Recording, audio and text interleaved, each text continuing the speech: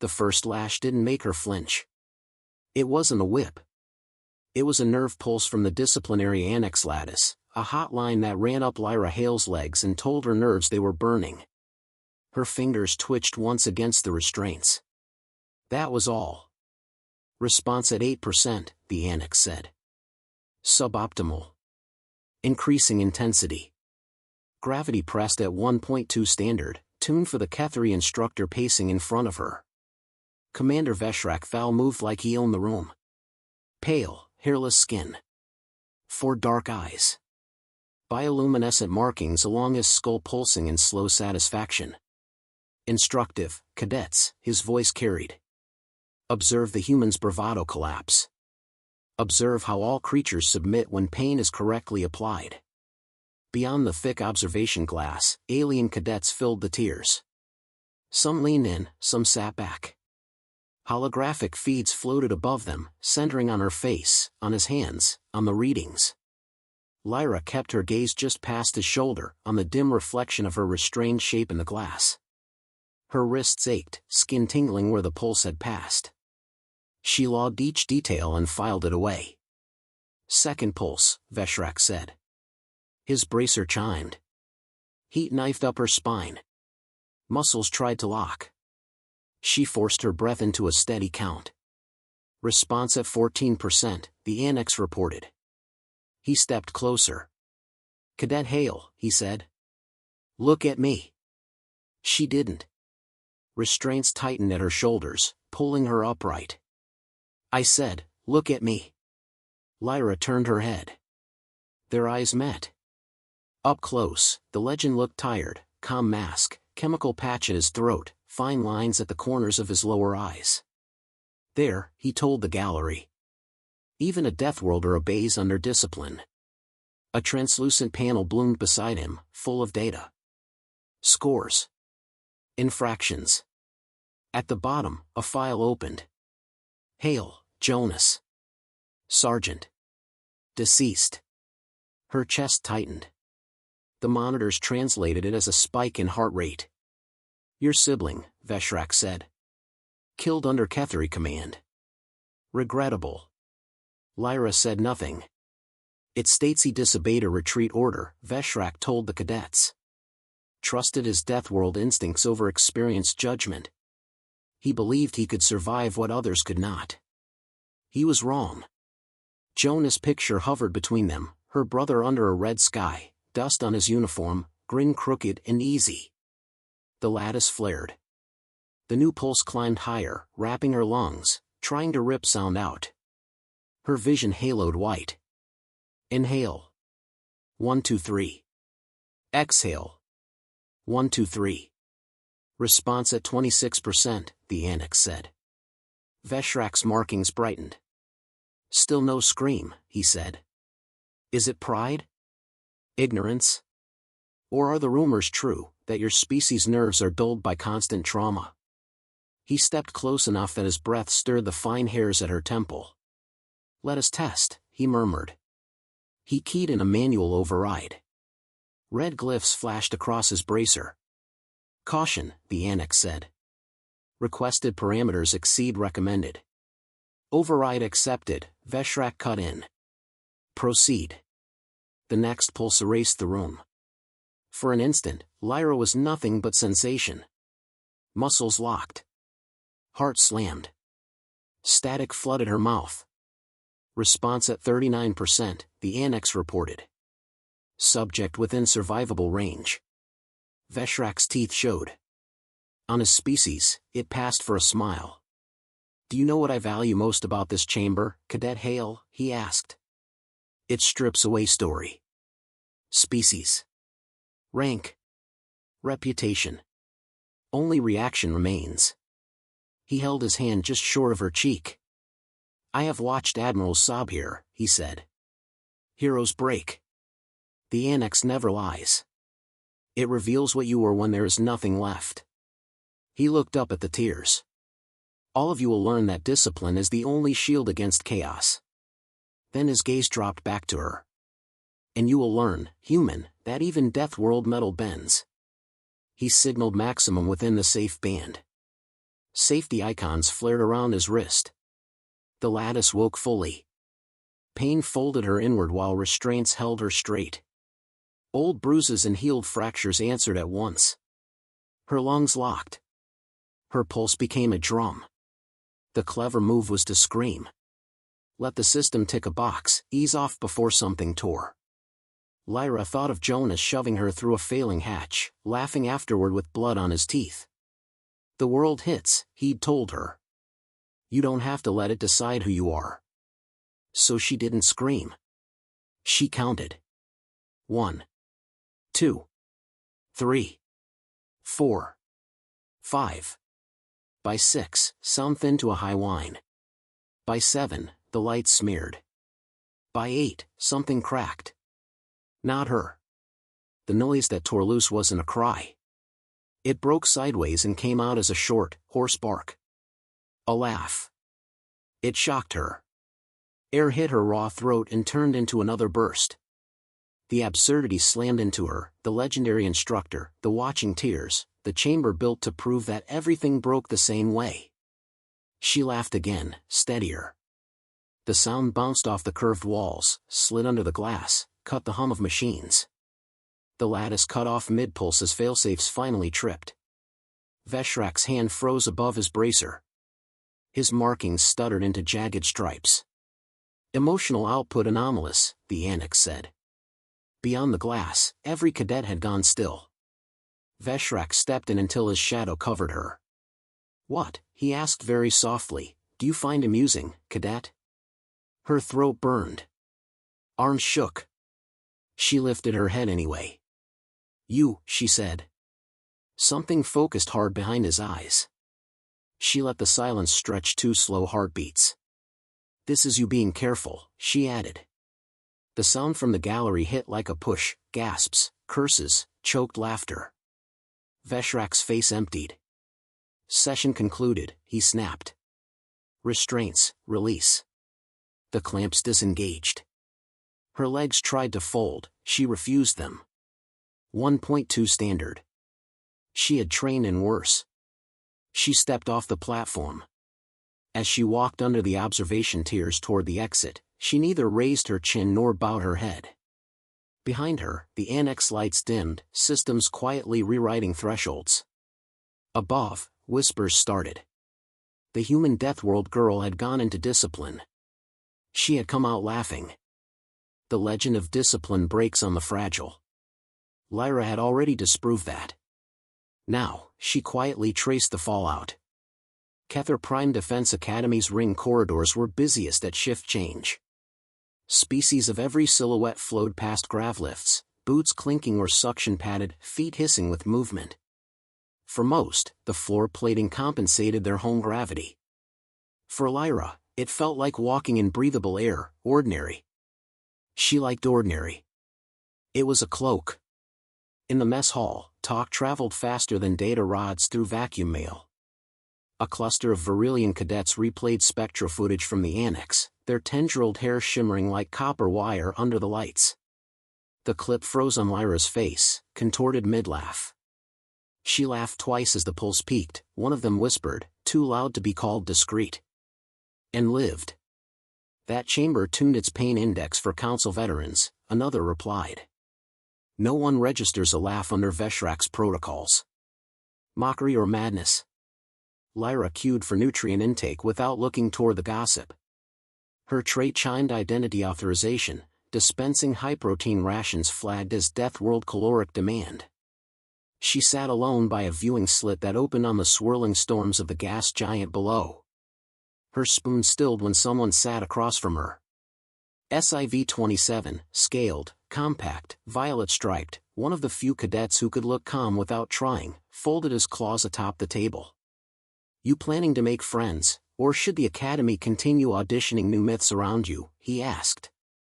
She lifted one brow. I prefer quiet ones, she said. Loud myths tend to die screaming. SIV-27 let out a low clicking noise, his species equivalent of a laugh.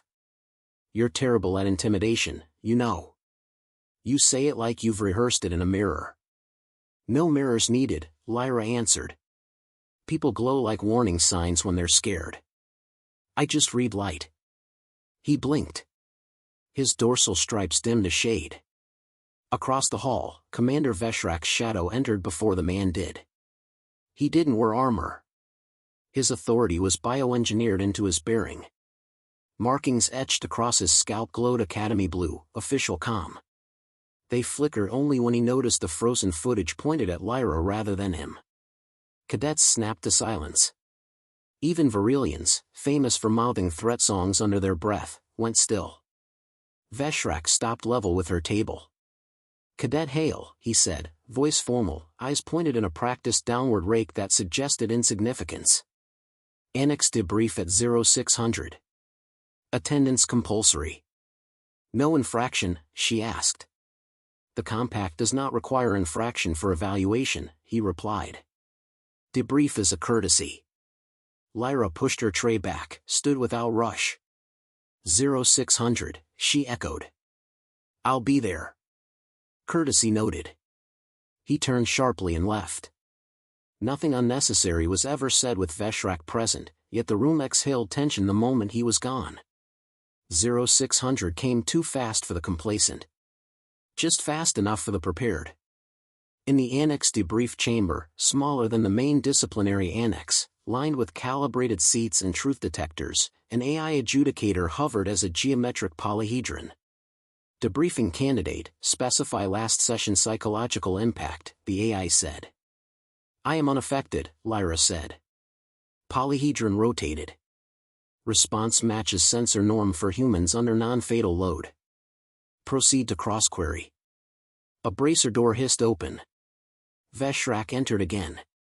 This time he looked tired. Not outwardly. In the micro-judder of his lower eyelids, in the slight over-precision of each step, the kind of control that came when someone was afraid of losing it. "You decline psychiatric assistance," he said to Lyra. "I decline theatrics," she corrected. "Psychiatry seems fine." A beat passed. Even the AI paused a half rotation before tagging the line as clarification, not aggression. "Humans gate emotion differently," Veshrak said to the room, turning it into lecture. "Their neural baseline for threat assessment evolved on a predator-dense world. Do not idolize an anomaly." From a gallery panel behind him, an instructor liaison, Ilnara Dry, amphibious, silver-spined, interjected, "Protocol extension for undercompact species exceeded Compact Educational Safety Code 9 Alpha last session." "Explain." Lyra watched his jaw lock imperceptibly. If control was a surface, it had hairline fractures. "The system held her within survivable range," he said. "Therefore compliance remains the metric, and the code remains unviolated." "Still," Ilnara replied, "optics break doctrine. Students already think you miscalculated tolerance. That is not resilience lessons. That is rumor fuel." Veshrak leaned toward the polyhedron. "Inquiry attempts will find nothing. Systems did not collapse." The adjudicator chimed truth acceptance, yet appended a notation, "Regulation boundaries approached within margin but logged for future refinement." Logged. Boundaries approached. Regulation edges bent. That was the language of future permission for escalation, a loophole carefully papered by his status. When debrief ended, Lyra caught up to Ilnara by the exit corridor. "You're dangerously cryptic for a 17 standard year cadet," Ilnara said. "You know he's baiting you again." "I'm aware," Lyra replied. "He wants influence. Not lessons." "I know." "He quoted the code for cover," she said. "He's stacking observation events to manufacture authority, not training." Ilnara's silver spines bristled thoughtfully. "You'll endanger more than yourself if you misjudge him." Lyra touched the dog tag under her hem uniform. "I already misjudged a Ketheri commander once. That file's closed. I prefer clean ledgers." She walked past. Outside medical review after each annex attendance was mandatory for humans. The Academy's med bay smelled precise, ionized sterility mixed with coolant, faint metallic tang from wounded exosuits left for recycling. Lyra removed her jacket. Beneath was a patchwork of scars like a galactic star map misfiled into biology, training accidents on Earth, fractures from survival courses, microlacerations from crash-land drills.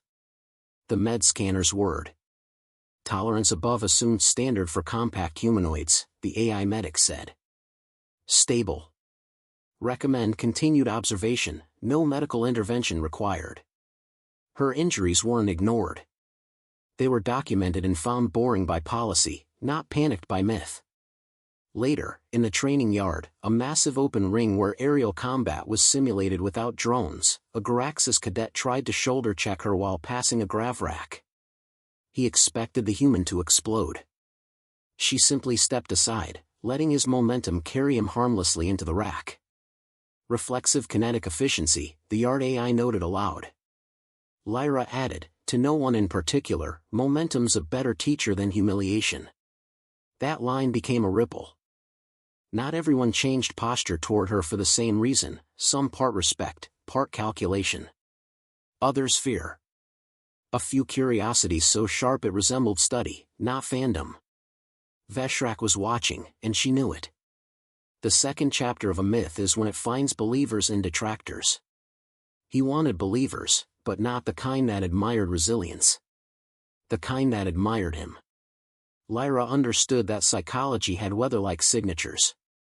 Veshrak's spotted fear was low frequency, cold, metallic, angled inward. If she continued calm, he'd escalate until his own systems betrayed him. The Academy's next open discipline session was scheduled under educational demonstration for multi-species emotional compliance. She saw the authorization go through on wall panels, approval wrapped in careful language. A demonstration. Recorded. Observed by many. No infraction. Zero courtesy. Lyra didn't panic. She annotated opportunity. She inhaled, exhaled, and adjusted her barracks alarm without hurry. Her roommate SIV-27 glanced over. You know he's loading new parameters, he said. He's loading new expectations, she corrected. Parameters are just numbers. Expectations glow. He'll burn on those first. SIV-27 leaned back, claws tapping rhythmic thought. You going to laugh again? If it earns shop recalibration, yes, she said. If it earns myth, unavoidable. If it earns lesson, ideal. That's a lot of outcomes for silence. She shrugged lightly. Silence is a probability space. Most assume it empties meaning. It holds more than speech. He nodded once. The nod traveled like rumor. Lyra walked out to the corridor again, braid hanging straight, boots weighted like anyone else's. No one blocked her path now. Not out of weakness, but spacing, respect's nervous cousin. Because the compact didn't fear unbroken metal. It feared what refused to bend at all. Veshrak called it curriculum. Everyone else called it a stage. The disciplinary annex had been reconfigured overnight. Normally a closed lesson chamber, today it wore spectacle like war paint, recording orbs fixed on swivel arcs, observation tiers filled by ranked officers, and a translation lattice broadcasting every word in 82 dialects. The Academy wanted witnesses. Veshrak wanted verdicts written in his favor. Lyra walked in last, restraints already humming before she reached the platform. She felt the grav shift in her bones, heavier stabilizer rotation than before, tighter feedback calibration. The floor tremored under cycling pressure as the system opened biometric sync with the instructor's control bracer. Candidate ready, the Annex AI announced. Veshrak didn't pace this time. He lectured. Discipline is equilibrium, he declared to the chamber. Chaos is extinction. Sentience survives only by hierarchy, or it fractures. His prepared speech scrolled along his bracer in blue glyphs, delivery metered for impact, not reaction. He was trying to forge loyalty through theater. Lyra knew the difference. Her planet had written a harsher syllabus long before the stars got involved. Veshrak tapped a node. The pulse hit. A violent slash of false heat along her neural map, amplified past anything used on smaller world species. She didn't jolt. The Academy's medics had logged worse wounds and accidental training. This was intentional. That was the tell. Response at 31%, the AI read. Within survivable species margin. Faced eyes stared from the top tier, admirals of Galactic Compact Fleet Review Tribunal, instructors from Ketheri Home Fleet, xenoliaisons from Galactic Compact Species Programs, and medtechs clutching data rods like talismans against the inexplicable. They expected a human reaction. They did not expect the texture of it. Veshrak leaned forward slightly, a micro-mistake in his performance file, and whispered, "You think you've impressed them by withholding sound. Let us cut deeper." Lyra finally spoke aloud, the first words broadcast beyond her table or private corridors, "Then ask yourself why you sound rehearsed." A murmur swelled behind glass. The officers pretended it was interest. It was doubt. Doubt was a destabilizer, his true opposing gravity. Veshrak activated the second sequence. Cold void noise. Psychoacoustic strain. Neural feedback braid. Overlapping punishment vectors designed to push a fragile species to vocal collapse. The chamber began injecting environmental hallucination, the illusion of vacuum exposure, screaming winds, orbital loss. Her ears rang with imaginary decompression alerts. Lyra saw through it immediately. Hallucinations were script. That meant timers. That meant infrastructure. That meant something she could invert. Response at 44%, AI read again. Candidate stable. He turned toward the packed room, voice swelling anew, "Deathworlder psychology is myth, not doctrine. Her species imagines resilience. We engineer results." One of the tribunal officers cut in, voice sharpened by authority not ego, "Commander Veshrak. Submit to Educational Optic Safety Clarification Code 11 Gamma. State intent plainly for the record." Intent. Record. Code. The words he worshipped like idols were tightening into a cage around him. Lyra watched his breathing lag by half a heartbeat. That lag matched a failsafe cycle. Her world had taught her to watch cycles, not faces. He frowned upward. Intent submitted. Educational compliance demonstration. No restrictions. He ignored the code's red line suggestion. He wanted a red line. Red lines granted legends. Legends granted council seats. The system began oscillating punishment coils. The final sequence began charging. Pain index, max level for multi-species audit. Then Lyra laughed. Not a private chuckle. Not a barracks quip. A full, raw, honest laugh that scared even her own throat into cooperation. She laughed because the system was elegant. Elegant systems had symmetry. Symmetry meant reverse input. Reverse input meant feedback recoil. Feedback recoil meant teachers tasted what they served. Response at, the Annex AI choked on its own report as overload safety tried to clamp the coils mid-peak. Lyra inhaled sharply, forcing the laugh into cadence like a combat command chant. The lattice interpreted it as emotional anomaly but did not sever link. Veshrak still had authority sink through the bracer. Recording tightened on his four eyes as her laugh caused the lattice to spike in feedback. His bracer burned white-hot. Not metaphorically. Literally. The Annex fed every coil backward through Instructor's sink, delivering fractional rebound into Veshrak's neural mesh. His markings flared jagged red, the color his species turned when overloaded by pain, disgrace, and public doubt. The Annex AI screamed warnings in alarmed monotone, system overload. Fragile species threshold shattered. Human thresholds held. Instructor thresholds were never engineered for recoil. Veshrak dropped to one knee. Then both. Terminate sequence, one liaison shouted. Too late. Termination required bracer authorization. Authorization required breath. Breath lagged. Feedback didn't. Lyra calmly added, through trembling lungs that refused collapse, equilibrium is cruel when equations reverse sign. No theatrics. A closing statement.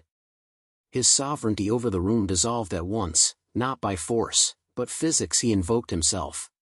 A medic drone hovered around Veshrak, wings spinning panicked light. Instructor unwell. Code escalation pattern emergent. Manual bracer lockout engaged by AI safety. Session halted.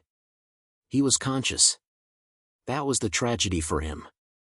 Lyra stepped down from the platform, legs trying to fold, back bracing her upright. Cadets watched from gallery glass, awe thick enough to taste. They thought her laugh was defiance. It was calculation proven right. She walked past the collapsed instructor. His hand lifted, shaking, grasping at dignity, at words, at rank, at narrative control. Human, he croaked. She stopped. Not for rank. For timing. Jonas would have approved the symmetry. You want to know what breaks on a death world? Lyra asked, voice hoarse, low, broadcast to every recorder orb. He stared, mouth open, breath uneven, dignity undone by feedback's unfeeling arithmetic. Assumptions, she said. Not species. She walked on. The Annex AI went silent behind her, not from shock, but recalibration. It had logged an outcome it could not standardize yet. Other cadets finally dared breathe once her boots passed the corridor edge. They parted now because they understood light and spacing differently. Because the compact didn't fear her survival. It feared the lesson this station had just taught them, that discipline can be flipped by those who specialize in enduring worlds harsher than theater. And that some humans, when they laugh under punishment, have already seen the inversion come seconds before the system notices it arrived. Not all wars explode outward. Some detonate in paperwork. The Academy's highest review hall was carved into a rotating hex ring suspended over the gas giant's slow storms. The room compensated gravity perfectly, a subtle prestige choice, signaling neutrality without comfort. The air held engineered ozone, recirculated for clarity and mental alertness. Inquiry markers glittered like gold motes above a long slate table where officers sat in segmented rank gaps. Lyra was summoned again, but not to be taught. To be questioned. She arrived in her cadet jacket, unpatched and unstylized, hair braided the same way as day one. No dramatic entry. Drama had preceded her anyway. The adjudicator this time was no ordinary Annex AI. It was an evolved legal construct used by the Galactic Compact Fleet Review Tribunal. Its polyhedron form opened like a blooming metal flower, unfolding faces and layered geometric petals. Proceed to Inquiry 4 of Hale Protocol Incident. Panels slid open around the table, sharing feeds of prior discipline sessions, system strain logs, and Veshrak's meltdown cycle. Officers avoided looking at each other too directly. Eye contact implied sides. This room was purpose-built to prevent sides. Amphibious liaison Dry spoke first, spines folded flat to hide tremor. Your laughter created measurable neural feedback rebound into instructor sync. Were you aware the system was cycling overload risk? Yes, Lyra replied. The tribunal flagged the line for clarity. Clear lines needed no ornament. Admiral Cawthorne, a massive avian Ketheri fleet commander wearing ceremonial review crests, adjusted his crest plume. Evaluation of pain response should not register humor. Explain. Lyra didn't exhale theatrically. She exhaled tiredly, like someone asked to define gravity itself. Systems expect reaction patterns, she said. It balanced against my biology history. It treated deviation like disobedience. My laugh matched the backlash timers. He absorbed recoil because he stayed synced. Plume stilled. One gallery recorder orb blinked confirmation light green. Silence held for a beat before an officer from the Compact Logistics Branch, Vernal Corps, leaned in. Your species rating within Annex Code labeled you anomaly, not threat. Did you act to conceal retaliation? Lyra answered, gaze flat as vacuum math, I acted to let him choose escalation himself. The Compact officers murmured with a texture of reluctant respect. Manipulating a predator into self-trap was a human classic, disguised here in arithmetic dressings. Another officer asked the question everyone else was orbiting, your world taught endurance. But this hall is not Earth. Why not walk away before retaliation optics endangered humanity's placement? Lyra gently tapped the table edge once, knuckles scarred like someone had crawled through maintenance ducts instead of council chambers. Walking away teaches nothing, she said. Staying seated let the system demonstrate who built it. Admiral Cawthorne hummed solemn recognition, wings half spread in cultural stress posture.